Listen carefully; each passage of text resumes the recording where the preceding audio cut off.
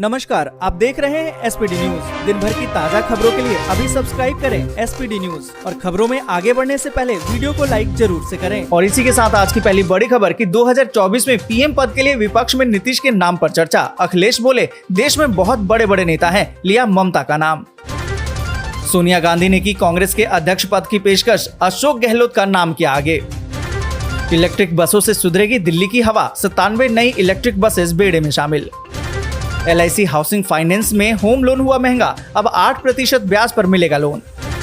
अगले महीने से बदल जाएंगे डेबिट और क्रेडिट कार्ड से पेमेंट करने के नियम। भारत जोड़ो यात्रा शुरू होने के कुछ दिन पहले ही डिलीट हुआ कांग्रेस का यूट्यूब चैनल, पार्टी में मच गया हड़कंप। बिहार में CBI रेड से पहले ही लीक हो गई सूचना, तेजस्वी के खास ने ट्वीट करके किया था खबरदार। कांग्रेस को लगा एक और बड़ा झटका, आनंद शर्मा के बाद अब जयवीर शेरगिल ने राष्ट्रीय प्रवक्ता पद से दिया इस्तीफा। बिहार में RJD नेताओं के ठिकानों पर CBI का छापा, गुरुग्राम में तेजस्वी यादव के मॉल पर भी मारी red. Make in India Pinaka MK1 का किया गया सफल परीक्षण, बढ़ेगी भारत की ताकत। ज्ञानवापी मस्जिद मामले में दोनों पक्षों की दलीलें पूरी, कोर्ट ने सुरक्षित रखा है आदेश, अब 12 सितंबर को आएगा फैसला। अमेरिका के राष्ट्रपति जो बाइडेन ने यूक्रेन को $3 बिलियन की सैन्य मदद की घोषणा। एक बार फिर से जेल जाना चाहिए, राजा सिंह की जमानत पर भड़के अवैसी, कहा कि गंभीर आरोप है। केरल में ऑनलाइन गेम रमी पर लग सकती है अंकुश, गेमिंग कानून में हो सकते हैं संशोधन। तेजस्वी यादव ने विधानसभा में बताया बीजेपी के 3 जमाई, कहा कि जो लड़ेगा वो जीतेगा, अब कोई रन आउट नहीं होगा। और इसी के साथ आज बड़ी खबर कि पीएम मोदी ने कैंसर अस्पताल का किया उद्घाटन, कहा कि 4 दीवारें खड़ी करने से नहीं बनता है हेल्थ सेंटर। आपको बता दें कि प्रधानमंत्री नरेंद्र मोदी पंजाब के दौरे पर पहुंचे और पीएम मोदी ने होमी भाभा कैंसर अस्पताल का उद्घाटन किया। केंद्र सरकार की तरफ से ये पंजाबियों को बड़ा तोहफा दिया गया है। इस दौरान कांग्रेस पार्टी का कोई भी लीडर समारोह में शामिल नहीं हुआ है। आम आदमी पार्टी के सभी लीडर इस समय वहां मौजूद थे। आपको बता दें कि प्रधानमंत्री नरेंद्र मोदी ने कहा कि अगर कैंसर की बात की जाए तो देश में कैंसर से जुड़े इलाज की आधुनिक व्यवस्था की जा रही है। पंजाब में भी ये आधुनिक अस्पताल खोला गया है। अस्पताल बनाना जितना जरूरी है उतना ही जरूरी डॉक्टरों का होना भी है। और इसी के साथ अगली बड़ी खबर कि अगले महीने से बदल जाएंगे डेबिट क्रेडिट कार्ड से पेमेंट करने के नियम। आपको बता दें कि अगर आप डेबिट कार्ड और क्रेडिट कार्ड का इस्तेमाल करते हैं तो अगले महीने से इसके नियम बदलने वाले हैं। आपको बता दें कि 1 अक्टूबर से रिजर्व बैंक ऑफ इंडिया का कार्ड ऑन फाइल टोकनाइजेशन नियम लागू हो जाएगा। यहाँ पर आपको बता दें कि RBI यानी कि रिजर्व बैंक ऑफ इंडिया का कहना है कि टोकनाइजेशन सिस्टम के अमल आने के बाद कार्ड होल्डर के पेमेंट करने के अनुभव में सुधार आएगा और डेबिट कार्ड या फिर क्रेडिट कार्ड के ट्रांजैक्शन पहले की तुलना में अधिक सुरक्षित हो जाएंगे। और इसी के साथ अगली बड़ी खबर कि आम आदमी पार्टी के नेता संजय सिंह का बड़ा आरोप, भाजपा ने 4 MLA को दिया 20 करोड़ का ऑफर, मोदी सरकार के नापाक इरादों का किया पर्दाफाश। आपको बता दें कि दिल्ली में शराब नीति को लेकर उप मुख्यमंत्री मनीष सिसोदिया के घर पर पड़े CBI के छापेमारी को लेकर अब आप नेता संजय सिंह ने बड़ा आरोप लगाया है। पार्टी नेता संजय सिंह ने प्रेस कॉन्फ्रेंस की और बीजेपी और पीएम मोदी पर कड़े वार किए। उन्होंने कहा कि बीजेपी दिल्ली की सरकार को गिराने की कोशिश कर रही है। नरेंद्र मोदी सरकार के नापाक इरादों का हम पर्दाफाश करेंगे। मोदी सरकार लोकतंत्र का गला घोटने का काम कर रही है। आपको बता दें कि आम आदमी पार्टी ने बुधवार को दावा किया कि भारतीय जनता पार्टी ने दिल्ली में उनके 4 विधायकों से संपर्क किया और उनसे पाला बदलकर भाजपा में शामिल होने की पेशकश की। आपको बता दें कि आम आदमी पार्टी के राष्ट्रीय प्रवक्ता और राज्यसभा सांसद संजय सिंह ने यहां संवाददाता सम्मेलन को संबोधित करते हुए कहा कि विधायकों अजय दत्त, संजीव झा, सोमनाथ भारती और कुलदीप से भाजपा के नेताओं ने संपर्क किया, जिनके साथ उन्होंने मैत्रीपूर्ण संबंध हैं। उन्होंने बताया कि भाजपा में शामिल होने के लिए उन्हें 20-20 करोड़ रुपए और अन्य विधायकों को साथ लाने पर 25 करोड़ रुपए की पेशकश की गई है। और इसी के साथ अगली बड़ी खबर कि कोरोना के मामलों में फिर से आया उछाल, बीते 24 घंटे में आए 10,000 से ज्यादा नए मामले।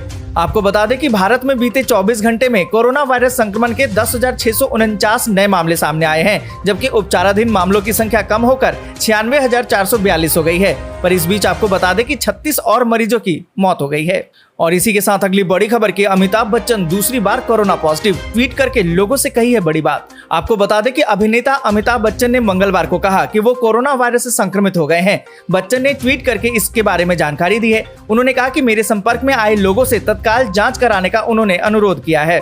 और इसी के साथ अगली बड़ी खबर कि दिल्ली वासियों के लिए बड़ी खबर, DTC के बेड़े में शामिल हुई है 97 इलेक्ट्रिक बस, CM ने दी है हरी झंडी।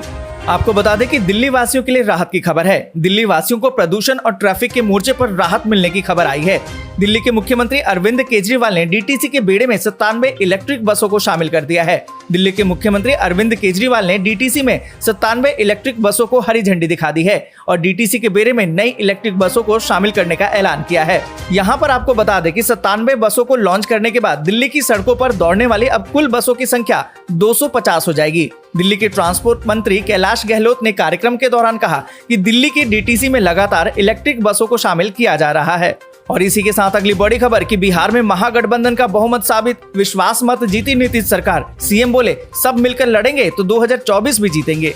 आपको बता दें कि बिहार में नीतीश कुमार की सरकार ने विधानसभा में विश्वास मत जीत लिया है। 2 हफ्ते पहले बीजेपी से गठबंधन तोड़कर आरजेडी के नेतृत्व वाले महागठबंधन के साथ मिलकर सरकार बनाने वाले बिहार के मुख्यमंत्री नीतीश कुमार ने विधानसभा में बीजेपी के वॉकआउट के बीच में ध्वनि मत से बहुमत साबित कर लिया है।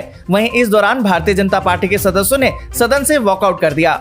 इस दौरान नीतीश कुमार ने भाजपा पर खूब हमला बोला। इस बीच आपको बता दें कि नीतीश कुमार ने कहा कि अब हमारा संकल्प है कि हम मिलकर बिहार का विकास करेंगे, हमें देश भर की पार्टियों को एक साथ लाना है। और आपको बता दें कि उन्होंने कहा कि हम सब मिलकर लड़ेंगे तो 2024 भी जीतेंगे।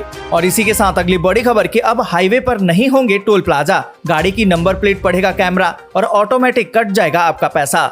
आपको बता दें कि केंद्र सरकार अब राष्ट्रीय राजमार्गों यानी कि नेशनल हाईवे पर टोल प्लाजा को हटाने की योजना पर काम कर रही है। सड़क परिवहन और राष्ट्रीय राज्यमार्ग मंत्री नितिन गडकरी ने कहा कि इस योजना का पायलट प्रोजेक्ट चल रहा है और इसके तहत टोल प्लाजा की बजाय अब हाईवे पर स्वचालित कैमरे लगाए जाएंगे जो खुद ब खुद गाड़ियों के नंबर प्लेट पढ़ेंगे और इसके साथ ही कार मालिकों द्वारा लिंक किए गए बैंक खाते से ऑटोमेटिक टोल कट जाएगा।